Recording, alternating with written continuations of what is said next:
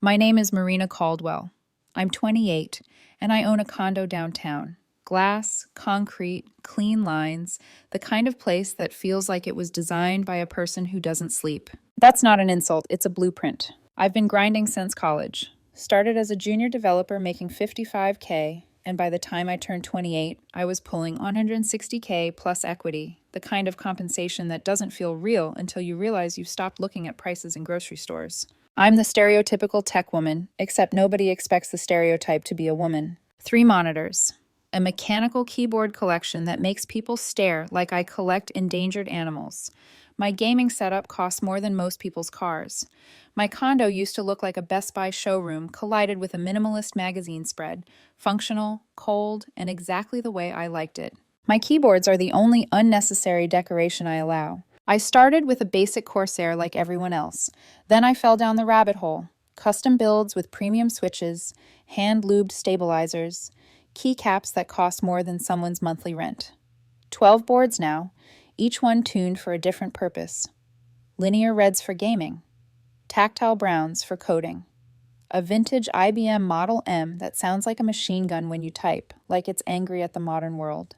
My friends call it excessive. I call it control. And if you're wondering why control matters, keep listening. I met Dylan Chen when I was 26 at a hiking meetup group. He was 26, a marketing manager at a startup, with that effortless kind of confidence that makes people orbit him without realizing it. The kind of man who photographs well and knows exactly how to angle his face so the light hits the right cheekbone. He had a lifestyle Instagram. Not just, here's my lunch pictures, a brand, curated captions, strategically timed stories. 40,000 followers who ate up his living my best life narrative like it was oxygen. Brunches, boutique fitness classes, travel content. Every photo looked like a decision. And when Dylan looked at you, it also felt like a decision. On the surface, he seemed interested in my work, asked smart questions about coding, laughed at my deadpan jokes. On our first date, he suggested an upscale Italian place downtown, Il Brocco, where the cheapest pasta is $38 and they pair your water like it's wine. The bill was $380 for 2 people. I paid without blinking because I could afford it and because at the time he felt rare. He ordered branzino with truffle risotto, a bottle of something that cost more than my first car payment, and an espresso martini for dessert. Then he spent most of dinner positioning his phone for the perfect overhead shot. The food went cold while he adjusted the lighting. I didn't mind then. I told myself he was passionate, artistic, ambitious. I can see it now like a warning sign in neon. I was paying to be in the background of someone else's life. The relationship moved fast. Within 3 months, Dylan was staying at my place most nights. Not officially moved in. He kept his apartment across town for space and independence. But his stuff started colonizing my minimalist sanctuary like an invasive species. Face serums crowding my bathroom counter. Designer clothes taking over 2/3 of my closet, oat milk taking up half my fridge. My condo went from calm and controlled to something that looked like Sephora exploded inside a West Elm catalog. Hair ties appeared everywhere, on my desk, tangled in my keyboard cables, wrapped around my mouse like they belonged there. I found one inside my desktop PC once. Still don't know how. Makeup products multiplied like rabbits. False eyelashes stuck to my monitor, lipstick in my gaming chair cup holder, nail polish remover that ate through the finish on my coffee table. And the stupid part? I told myself it meant I wasn't lonely anymore. Sometimes he'd work from my place, taking over my dining table with his laptop and a ring light for content. I'd sit at my desk, typing out code that held other people's systems together, while he filmed himself stirring coffee and pretending it was spontaneous. He made my condo feel alive. But life has weight. And Dylan's version of life had a cost. He never paid for dates, not once in 2 years. When the check came, he'd suddenly be intensely focused on his phone, or he'd excuse himself to the bathroom with perfect timing. I covered rent and utilities because he was here so much, and his contribution was occasionally buying groceries, which he'd later mention repeatedly as proof he pulled his weight. Those groceries were usually organic produce that rotted in my fridge while he ordered Postmates. Then he'd blame me for wasting food. His Instagram was a constant production. Every moment had to be documented and posted. He made me retake photos 20 times to get the right aesthetic. Once, we spent 45 minutes at a restaurant trying to capture the perfect shot of him holding a cocktail while the ice melted into a sad puddle. The captions were always about him, treating myself, living my truth. Self-care Sunday. I was usually cropped out, reduced to a blurred hand or a shoulder. Never my face clearly visible, never my name. The closest I got was my favorite human, with no tag, like I was a concept, not a person. One night I asked gently, "Why don't you ever tag me?" He didn't look up from his phone. "My followers connect with my authentic journey as an individual," he said, like he was reading from a brand guide. Too much couple content dilutes the message. His message mattered more than my existence. My best friend, Nadia, saw through him immediately. She's cybersecurity, lives 2 buildings over, and has a personality that reads people like source code. The first time she met Dylan, he barely acknowledged her, too busy rearranging brunch plates for lighting, asking the waiter if there was better sunlight, like restaurants keep spare weather in the back. Later, Nadia said, "Marina, he's using you as a bank account with a pulse." "He's not that bad," I argued, because denial is easier than admitting you've been volunteering for your own disrespect. Nadia pulled up his Instagram and showed me a caption, "Sunday brunch with my favorite person." He tagged the restaurant, the mimosa brand, his nail salon, the boutique where he bought his outfit. "Not me. You're not even worth a tag," Nadia said, "but you're worth the bill." I laughed it off. Nadia has her own scars. Her ex-girlfriend maxed out her credit cards during the crypto hype and ghosted when it crashed. So I told myself she was seeing red flags because she'd been burned. But Dylan kept showing me who he was. He got irritated when I wanted weekends gaming with friends, called my keyboard hobby pointless collecting, and suggested I invest that money in experiences we could share, by which he meant expensive trips he could photograph. He made fun of my clothes, tried to upgrade my look to fit his aesthetic, designer streetwear for his feed. But I'm a software engineer who works from home. Hoodies and joggers aren't a phase, they're peace. Worst of all was how he treated service staff, snapping fingers at waiters, sending food back for imaginary problems, leaving bad reviews if he didn't get exactly what he wanted. Once he berated a barista to tears over foam texture. She couldn't have been older than 19. I apologized and tipped extra after Dylan stormed off. "That's how you get good service," Dylan said, typing a 1-star Yelp review. "You have to train people to respect you." Looking back, I was the one being trained. Trained to pay, trained to swallow discomfort, trained to be a prop. Dylan's birthday was March 15th. He planned the party for weeks, rented a rooftop bar called Sky Lounge, invited about 50 people, hired a photographer for candids that would really be staged content. He made a Pinterest board with 17 different vibe images, a 3-page shot list for the photographer, a signature cocktail chosen to match his outfit color scheme. This wasn't a birthday party. It was a content shoot with witnesses. And I was handling the finances, obviously. Venue deposit, $2,500. Bar tab minimum, $3,000. Custom cake, $400. Edible gold leaf, fresh flowers. Because luxury. Gifts on top, a MacBook Pro he'd been hinting at, $2,800, and a designer watch he'd casually left open on my laptop, $1,600. Over $10,000 for one night. I transferred the money from savings without hesitation, even though it represented 2 months of aggressive investing toward my financial independence goals. Because I loved him. Or maybe because I loved the version of myself who believed love could be earned. The party started at 7. I arrived early to help set up, but Dylan was already in full host mode with his inner circle. He barely acknowledged me. Just a quick cheek kiss that was really a pose for the photographer stationed at the entrance. "Get that," Dylan told him. "Arrival energy is everything." The night progressed in a blur of open bar, stories, and curated laughter. Dylan held court in the center of it all, cycling through friend groups like he was collecting proof of popularity. I hovered near the railing with Nadia, watching the city lights and the way Dylan's friends demolished top-shelf liquor like it was their job. "This is costing you how much?" Nadia asked softly. "Don't worry about it," I said, because I didn't want to say the number out loud and hear how insane it sounded. Nadia nodded toward Dylan. When's the last time he enjoyed something without documenting it? I couldn't remember. Around 10, Dylan gathered everyone for his speech. He stood on a chair, very Instagram, very spontaneous moment he'd obviously planned. Champagne glass lifted, closest friends circling like disciples, photographer orbiting him like a satellite. He'd changed outfits twice already. This was the third look, a slinky dark suit with a gold chain catching the city light perfectly. He thanked people in sentences that sounded like captions. Then he smiled and said, "And honestly, I want to be real with you all."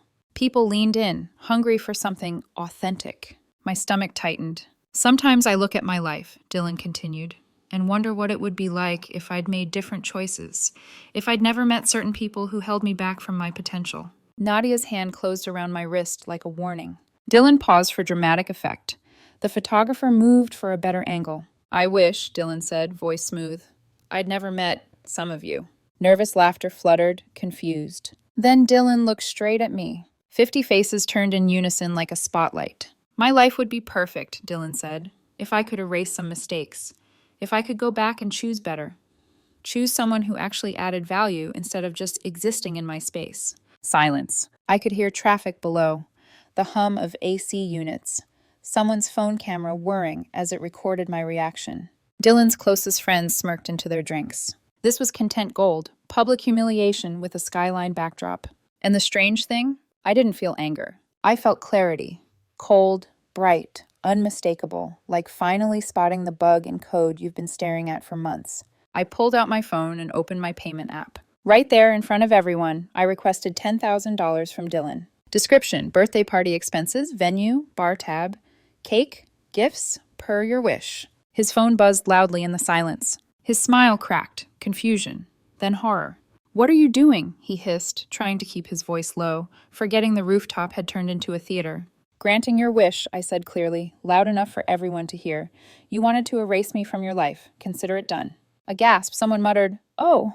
The photographer kept snapping. I stepped back, set my champagne down untouched, and walked away. No jacket, no goodbye. Just me, moving through the crowd while Dylan stood on that chair with his perfect night collapsing around him. Nadia caught up at the elevator. "Marina, are you okay?" I looked at the closing doors, at Dylan's stunned face shrinking in the gap.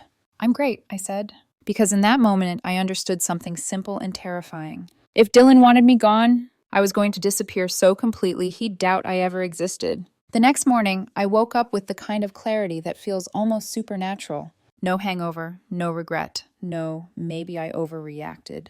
Because I hadn't. I'd had one drink all night, enough to hold a glass, when the photographer's camera swung past me, not enough to blur the memory of Dylan's eyes finding mine while he said I was a mistake. I lay in bed staring at the ceiling of my condo, listening to the faint hum of the city outside the windows, and I realized something that made my chest go quiet. He didn't just insult me. He rewrote me, right there, in front of 50 people. He reduced 2 years of my life to a punchline in his content reel. And if Dylan wanted to erase me, I could do it better than he ever could. Because Dylan's erasing was emotional, dramatic, performative. Mine was systematic. I got out of bed, padded barefoot across the polished floor to my desk, and sat in front of my monitors like I was clocking in for work. My mechanical keyboard clicked under my fingers, steady, calm, almost soothing. I build databases for a living. I design systems that track millions of data points, and I know the truth most people forget. If you control the records, you control reality. First stop, social media. Dylan had tagged me in things sometimes. Just enough for plausible deniability, never enough to make me real to his followers. I opened Instagram and scrolled through his feed like I was reviewing logs after a breach. There were posts from trips where my face was half cut out, a blurred shoulder behind his candid laugh, stories where my hand was holding his drink like I was a prop stand, captions about my favorite human like I was a pet. I didn't delete anything. Deleting is loud. Deleting is an admission. Instead, I chose something more elegant. I changed my profile name to Deleted Account 51804 and replaced my profile photo with the gray default icon. No face, no name, no identity, just placeholder. Then I went post by post, every comment I'd ever left on Dylan's page. I edited them into nonsense strings. 839473992, comment removed deleted user 19903, 51804. The effect was immediate and unsettling. 2 years of couple content now looked like Dylan had been performing romance with a ghost account. Like he'd been dating someone who vanished off the internet, leaving only static where a person used to be. My fingers moved fast, precise. Click, edit, save, next. I did the same on every platform where my name touched his. Facebook, profile changed, photos untagged, history blurred. TikTok, comments edited, likes removed, tags stripped. Even LinkedIn, because Dylan had once posted a power couple humble brag about my partner in tech and tagged me for exactly 3 hours before removing it. I found it and shared reposts and cleaned it like it was contaminated. Then I went deeper. Shared Google Photos albums. We had a few vacations, hiking trips. That weekend, he insisted we rent a cabin just so he could film cozy morning content. I downloaded them, and I opened Photoshop. For 6 hours straight, I did something that would have made my past self pause. I removed myself from every picture. Not just cropping. Cropping leaves edges, evidence, shadows. I used content-aware fill, layered edits, subtle blending. In photo after photo, Dylan was suddenly alone. At restaurants, smiling at empty chairs. On trails, holding his arm out like someone was there. At the beach, laughing at nothing. It didn't look like a breakup. It looked like a delusion. And the sickest part? Dylan had built his brand on the illusion that his life was perfect. Now the illusion was going to turn on him. When I finished, I uploaded the edited versions back into the shared albums, replacing the originals. The system synced automatically.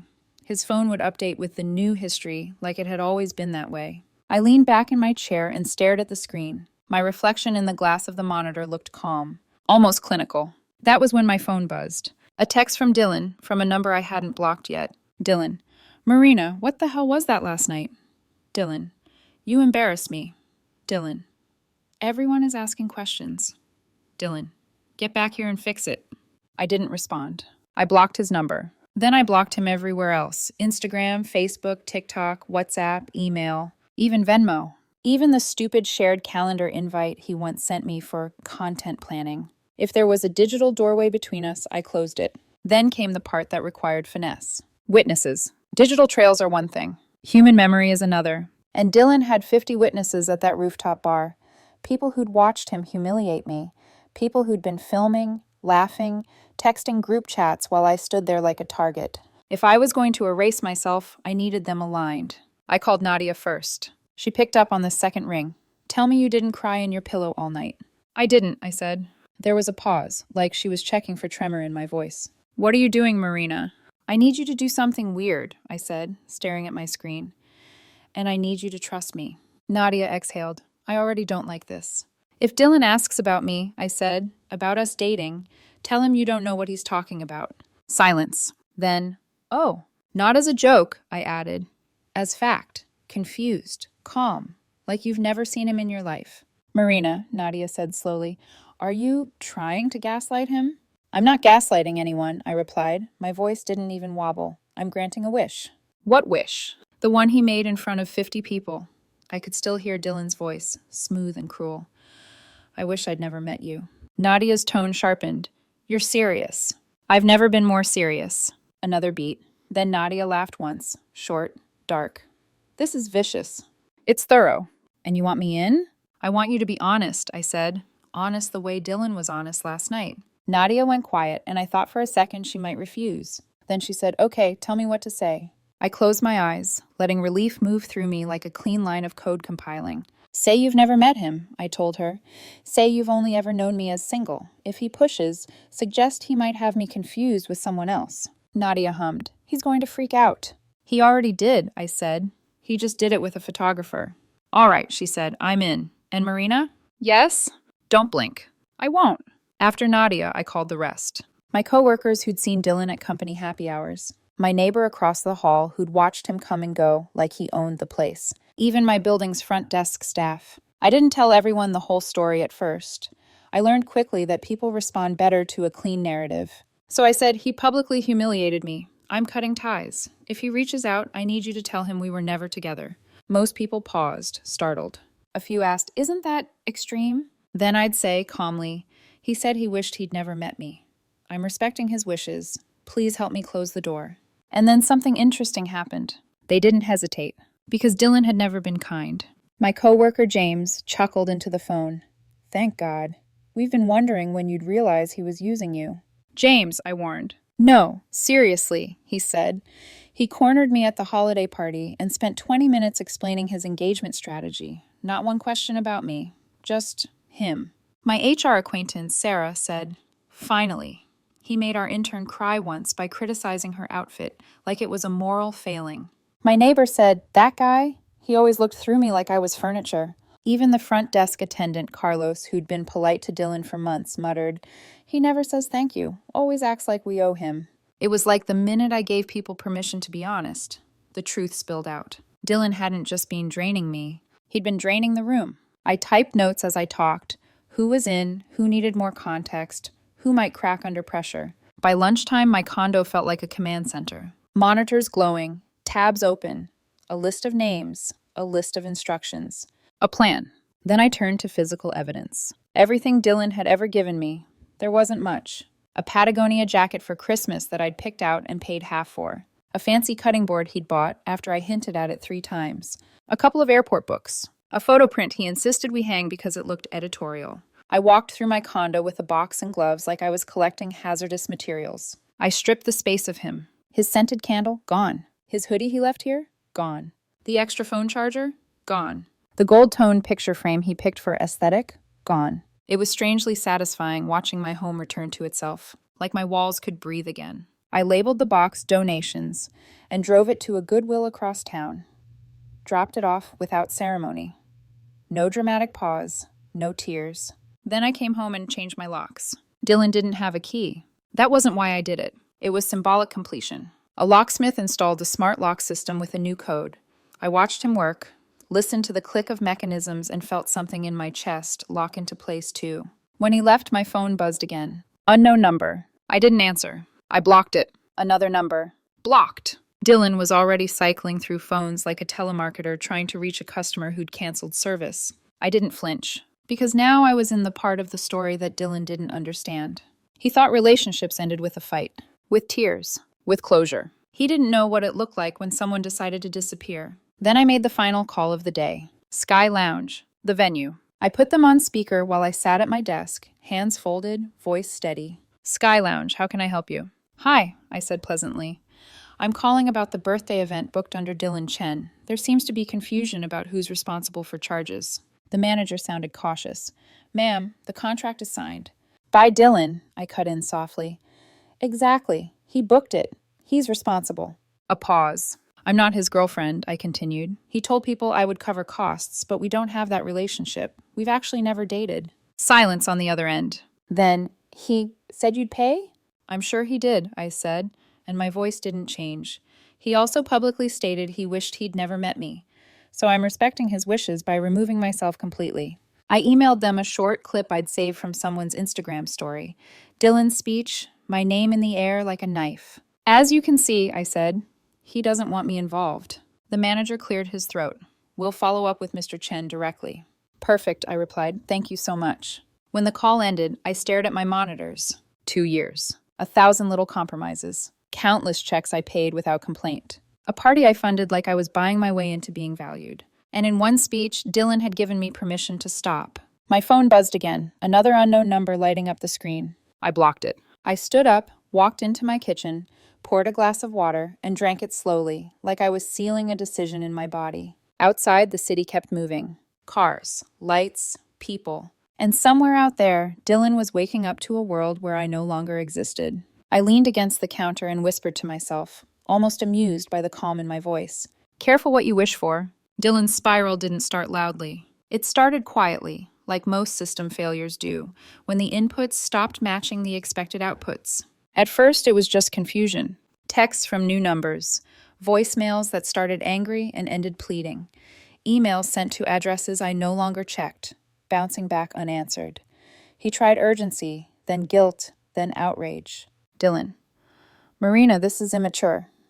Dylan. I was drunk. You know how my friends are. Dylan. People are asking why you vanished. Dylan. Answer me. I didn't. By day 3, he stopped sounding offended and started sounding unsettled. Because when he asked people about me, about us, the answers didn't line up with his memories. Nadia played her part perfectly. He cornered her outside a gym, voice tight with forced casualness. Hey, Marina's not answering me. You know how she gets when she's mad. Nadia frowned like she was trying to place him. Marina? Yes, Marina, your friend. My friend Marina? She repeated slowly. I don't think so. He laughed, sharp and disbelieving. Okay, very funny. I'm serious, Nadia said. I don't really know you. I met you once at some party, right? Dylan's smile froze. What are you talking about? He snapped. We dated for 2 years. Nadia tilted her head, concerned. I think you might be confusing Marina with someone else. She's been single as long as I've known her. He walked away from that conversation shaken, already rewriting it in his head as denial, spite, loyalty to me. Until it kept happening. My coworker James told him kindly, I've never seen Marina with a boyfriend. My neighbor said, You must have the wrong unit. She lives alone. Carlos at the front desk blinked at him blankly. Sir, I don't recall you. And the worst part? No one laughed. No one winked. No one broke character. They weren't mocking him. They were confused. That's when Dylan's Instagram changed. The polished lifestyle stories stopped. The brunch shots disappeared. In their place came late-night posts. Black screens with white text. Has anyone ever felt like they imagined an entire relationship? Is it possible to create false memories under stress? Asking for a friend. Followers commented with concern. Some joked. Some suggested therapy. Brands stopped reaching out. Engagement dipped. And then the bill arrived. Sky Lounge sent it directly to his apartment. 5 thumb. No shared payment. No auto draft from my account. Just his name, his signature, his responsibility. He called them screaming. They calmly explained. He threatened legal action. They offered a payment plan. By week 2, Dylan showed up at my building. I watched the security feed from my couch, cereal bowl in my lap. He stood at the front desk, gesturing wildly. I'm her boyfriend. I've been here hundreds of times. Carlos checked his log with exaggerated care. I don't have any record of that, sir. You know me, Dylan insisted. She brought you coffee. You talked about your daughter. Carlos looked genuinely sympathetic. I think you have me confused with someone else. Dylan's hands started shaking. He pulled out his phone, scrolling frantically, trying to find proof. Photos loaded. Every image showed him alone. A gray icon where I should have been. See, he said, voice cracking. She's right here. Carlos leaned in, squinting. That's a deleted account. No, Dylan whispered. No, that's her. I muted the feed. That night, he tried another route. A fake account messaged me. Truth is Seeker 23. Please, just tell me I'm not crazy. We dated, right? I stared at the screen longer than I meant to. Because for the first time, his panic felt real. Not performative, not strategic. Human. A week later, a letter arrived. Handwritten. Careful. Shaking. He listed memories. Details no algorithm could invent. Trips. Jokes. The way I'd tap his shoulder when he got too loud filming. The way my keyboard sounded different depending on the room. He wrote, I know what I said was wrong. I didn't mean it. I never wanted you erased. I held the paper until my fingers hurt. Then I remembered the rooftop, the laughter. The camera pointed at my face. The sentence he chose because it sounded powerful. I wish I'd never met you. I burned the letter in my sink, collected the ashes, mailed them back in a plain envelope with a single printed line. Per your wish. After that, Dylan disappeared from the internet, deleted his Instagram, then his LinkedIn. His brand collapsed under the weight of a story no one could verify. According to Nadia, who heard it from someone who heard it from someone, he moved back to his hometown. Started therapy. Lost his job after a breakdown at work. His sister called me once from a blocked number. You destroyed him, she said through tears. No, I replied evenly. I believed him. 6 months later, I ran into one of his friends at a bar. She squinted at me, drunk and angry. What you did to Dylan was messed up. I don't know a Dylan, I said calmly. Her face went pale. Oh my God, she whispered. You're still doing it. I finished my drink and left. Here's the truth people don't like to hear. I didn't ruin Dylan's life. I removed myself from it. He did the rest, alone, in a world where words matter and witnesses remember. I still live in my condo. My keyboards still click. My space is quiet again. And I've learned something priceless. When someone tells you they wish you'd never existed, believe them and be thorough.